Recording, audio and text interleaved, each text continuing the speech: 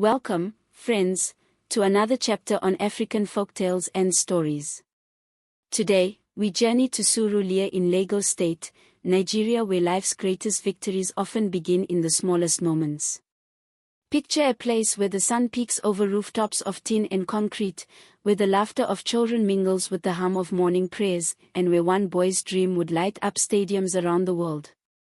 From the dusty streets of Surulere to the floodlit arenas of Europe, witness how a young boy selling water dared to dream of goals and changed a community forever. He succeeded and is today a very wealthy individual. So, how did he do it? Did he rob a bank? Did he venture into fraudulent scams?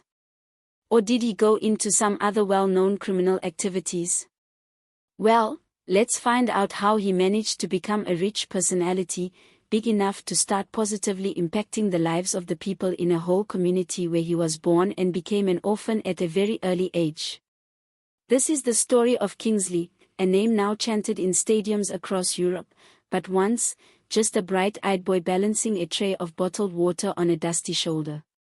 Born into a family of 5, his world revolved around 3 pillars: his mother, the ever-smiling trader; his father, the diligent civil servant; and the dusty roads that beckoned with both challenge and possibility. Imagine a small one-room apartment on a narrow street. Inside, vibrant Ankara cloth adorned the walls, and the aroma of fresh bread wafted through each humble corner. Every morning, before the roosters crowed, Kingsley's mother would arrange trays of sweet bread on her head, her laughter echoing as she greeted the neighbors. His father, a clerical assistant at the Lagos State Secretariat, wore a neatly pressed shirt despite his meager salary. He would leave before dawn, his briefcase in hand, and return each evening with tired eyes but unwavering hope. On weekends, he'd gather the children around a wooden table and teach them ABCs, insisting that education was their ticket beyond Surulere. Kingsley's elder brother John was a secondary school student with dreams of becoming a teacher. His sister Grace, just a year younger, scribbled stories in a notebook she carried wherever she went. And little Kingsley? He was the dreamer of the bunch. Even at age 6, he would imagine himself darting past defenders on a massive pitch, the roar of thousands in his ears. But back then, his stadium was this very street, his crowd the scattered passers-by. In those early years, every naira counted. Kingsley would wake at dawn, fill his tray with bottled water, and weave through slow-moving cars, calling out, "Cold water." 5 naira. Each coin he earned wasn't just money, it was a seed of hope for a better tomorrow. But fate tests even the strongest hearts. When Kingsley was just 3, his mother fell ill and, despite every prayer, passed away. The once joyous songs of breakfast turned into whispered sobs. His father, though grieving, tightened his grip on faith and family, determined to raise his 3 children alone. For 5 years, the father bore every burden alone, walking miles to work, returning to prepare meals, doing his best to fill the empty chair at the table. But grief is relentless, and with each passing month, his health waned. When Kingsley turned 8, the unthinkable happened: his father, worn thin by sorrow and strain, was gone. He died, leaving his 3 children in the hands of fate. As tragedy struck and the world seemed to crumble beneath his feet, Kingsley's unbreakable spirit turned peddled bottles into stepping stones toward greatness. In the space of a heartbeat, the siblings went from a family of 5 to that of orphans. Their home, once filled with laughter and the smell of freshly baked bread, stood eerily silent. School uniforms hung untouched, textbooks lay abandoned. The neighborhood watched in solemn compassion as the children faced a future that felt impossible. But the spirit of Surulere is stronger than any sorrow. As dawn broke the next day, John emerged onto the busy streets with newspapers under his arm, hawking headlines to drivers stuck in traffic. Grace followed with her basket of oranges, calling out, "Fresh oranges. Vitamin C." And Kingsley?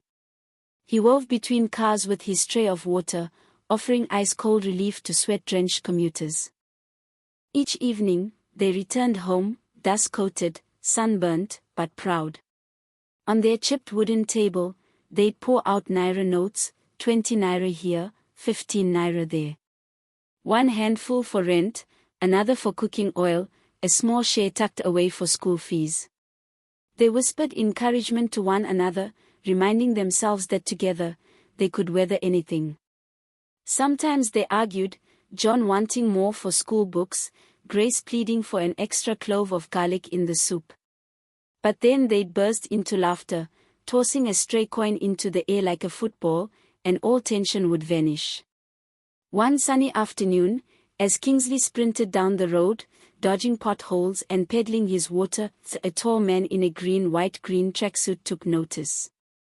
The man's eyes widened at the boy's speed and control of the ball he carried instead of water, an empty plastic bottle on which Kingsley had taped a black marker as makeshift seams. The scout approached, notebook open. "Young man," he said, "where did you learn to move like that?"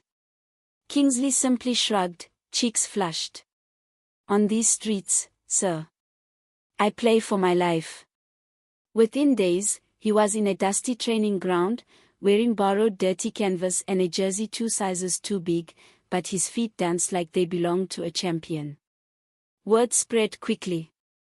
At 14, he was scouted for Nigeria's under-17 team. At 16, European clubs sent agents to watch. Before he knew it, the boy selling water became a teenager in a professional youth academy, eating meals 3 times a day, sleeping on a proper bed, and learning to read plays on a field far from home. He sent every extra naira back to Grace and John, enough for new textbooks, school uniforms, even a small repair on their home. But for Kingsley, the biggest victory was not in the goals he scored, it was the knowledge that his siblings would never again fear an empty plate. Years passed, and Wembley Stadium became as familiar as Surulia's Market Square. He dazzled fans in Paris, Milan, and Madrid. He lifted trophies under flashing cameras, his name emblazoned on jerseys sold to adoring crowds. National pride soared each time he donned the green and white, scoring decisive goals that took Nigeria deep into international tournaments. But with every signing bonus and every endorsement, Kingsley remembered his roots. He'd call Grace on her birthday, reminding her he'd never forget the woman who taught him to find sweetness in the smallest orange. He'd video chat John, watching him teach a class of eager children, proud that his brother's dream of education was now reality. Fame never changed his heart.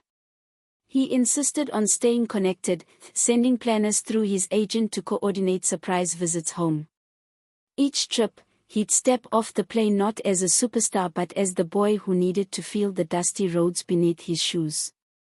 On one holiday break, he arrived with a fleet of brand new motorbikes for young people to start courier services, small businesses that would power families for years. Another visit, he handed out battery-powered lamps to street vendors, ensuring they could sell far into the night. He built a library adjacent to the primary school, filled with donated books and computers. Town elders said they'd never seen generosity like it. Yet, his greatest gift was intangible, belief. He told the children in the library, "This place is yours, read every book, ask every question. Because when you dream, you carry the hopes of a nation." And in their wide eyes, he saw a reflection of himself, the hungry, determined boy who refused to let circumstance define his destiny. Beyond material offerings, he funded soccer clinics, hired coaches, and partnered with NGOs to offer scholarships. He even started a microfinance fund for women entrepreneurs, because he remembered Grace selling oranges, counting every naira between customers. Kingsley's journey from Surulia's traffic jams to international stadiums teaches us about faith, family, and the power of perseverance. He shows that true success isn't measured by trophies on a shelf but by the lives you uplift along the way. Now a celebrated hero abroad yet forever rooted at home, Kingsley proves that the greatest victory isn't in trophies, but in lifting others as you rise. Thank you for joining us on this inspiring tale. If Kingsley's story moved your heart, please like, share, and subscribe for more powerful African folktales. And remember, no matter where you start, with courage and compassion, you can score the greatest goals of all. Thank you for watching. Until next time, keep believing in the magic of your dreams. Please do us a favor by leaving comments below regarding what you think about this video and what other types of content you think we should produce on this channel for your consumption. You should also encourage us by liking, sharing and subscribing to this channel before leaving. Thanks for visiting the Myths and Stories from Africa channel.